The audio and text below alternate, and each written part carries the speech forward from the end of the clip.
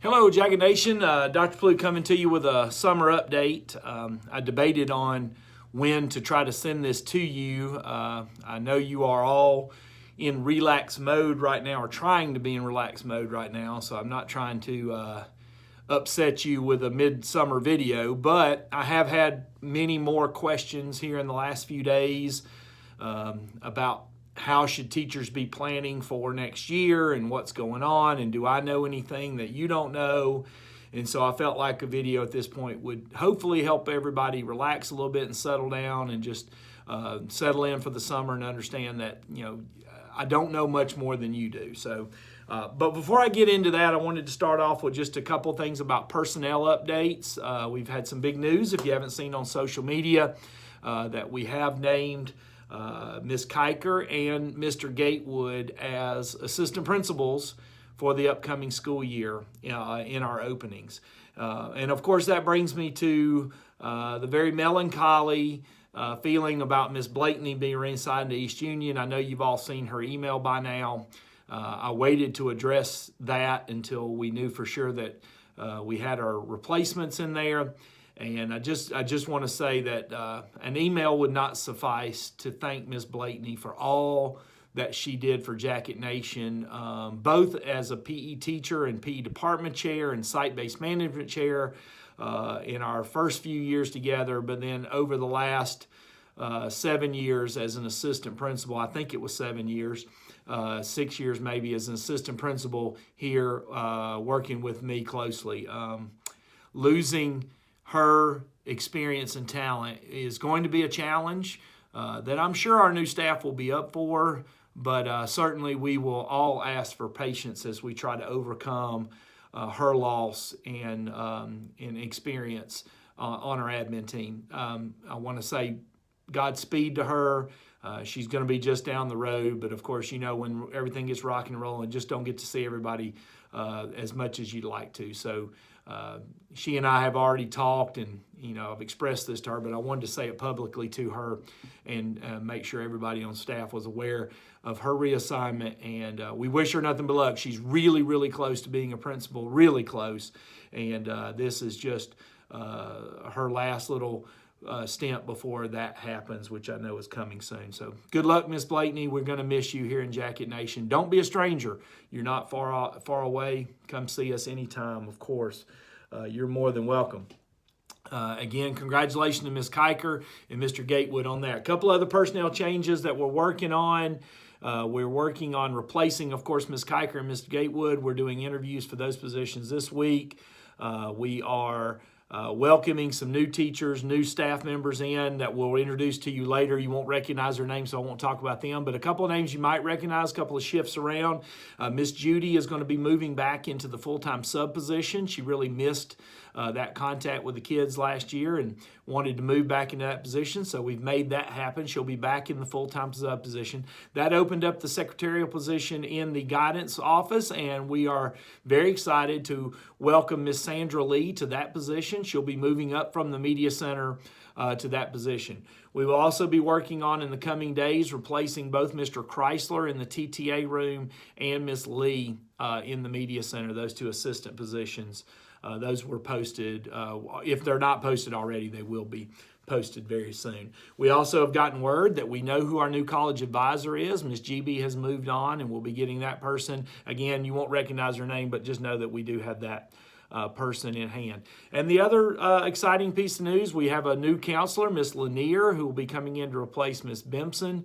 Elizabeth Lanier. So we're excited to be having her join the staff in the counseling office. We've also gotten word that Miss Kathy Fenner will be moving over from Monroe Middle School to replace Miss Medlin's retirement in the nurse's office. And returning to Jacket Nation, Sam Scully, who worked in our cafeteria for years and is a Forest Hills graduate, will be replacing Miss Sue Gaddy as the manager in the cafeteria. And the administrative team met with Miss Scully yesterday. Very excited about having her back in Jacket Nation, and she is super excited about coming back home. All right, so those are just some of the personnel changes we know about so far. We'll go back over those later when we get back together, hopefully really soon, but just wanted to make sure everybody's kind of aware of some of that movement that's occurring. All right. So next year, what's going on? The main reason I'm videoing here today, all of you must have heard by now that the governor has announced, DPI has announced that we will open school back up in one of three plans, an A, B, or C plan. So again, some of these numbers and letters start to get confusing, so just bear with me. But right now, A means we will open up normal, regular, full go, every student coming to school every day. C is remote learning, and then B is in between those two and is what's being called a reduced capacity opening. That reduced capacity is the one a lot of people are asking about. Many of you have heard it's 50%, but we've also heard that there's a possibility it could be even more than that, less than that. We could have students coming every third day or maybe even once a week to school if we're in a B plan. The governor was supposed to tell us last week which of those three plans that he and DPI recommended. He decided to hold off on that, as well as extending our our safer at home for 2 more weeks. So we're expecting possibly next Wednesday, the 15th, an announcement from the governor about 1, the next phase, or 2, the school reopening plan. So just stand by. If we find out anything specific, we're going to get that information right to you. But unfortunately, I just said all of that, and it really doesn't tell you a great deal about how we're going to start back to school. And I think that's where I'm videoing and sending to you today, that just I want you to understand that, yes, we understand that you would like to know, and in many ways you need to know in order to plan for the opening of school, which is now just 5 weeks away. But I just don't have that information for you. That's the best I can do, is that we're looking at an A, B, or C, and there are rumors flying about which one of the three we're going to open up in. I just don't know. From day to day, my own opinion about it kind of fluctuates from one to the other. So just stand by. As soon as we know anything, we'll let you know. Now, so what does that mean for you and as far as your planning? Many of you are saying, I want to use my 5 PLC days to prepare for whatever of the 3 plans we're going to open up in. And me and my PLC mates would like to start meeting, but what are we planning for? And that's a great question.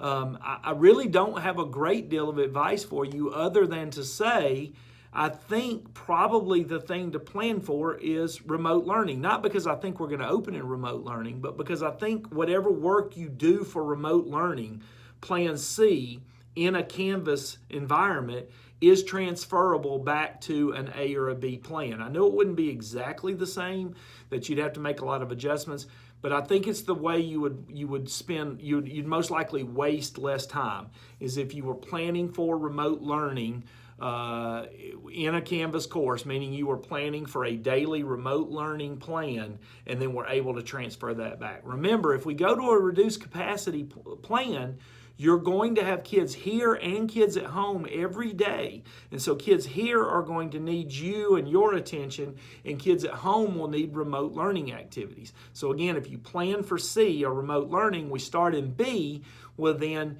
you can apply all of that remote learning planning to those kids that are at home on certain days. If we open up in A, full go, again, I do believe many of the materials and activities that you plan for remote learning would still be applicable in a classroom. It would just probably cause you to have to adjust your Canvas courses somewhat. I don't even want to say anything about which one of the 3 plans I think is most likely, because I don't know. I really don't. Like I said, some days I think, all right, we're going to open up, and some days I think we're going to remote learning.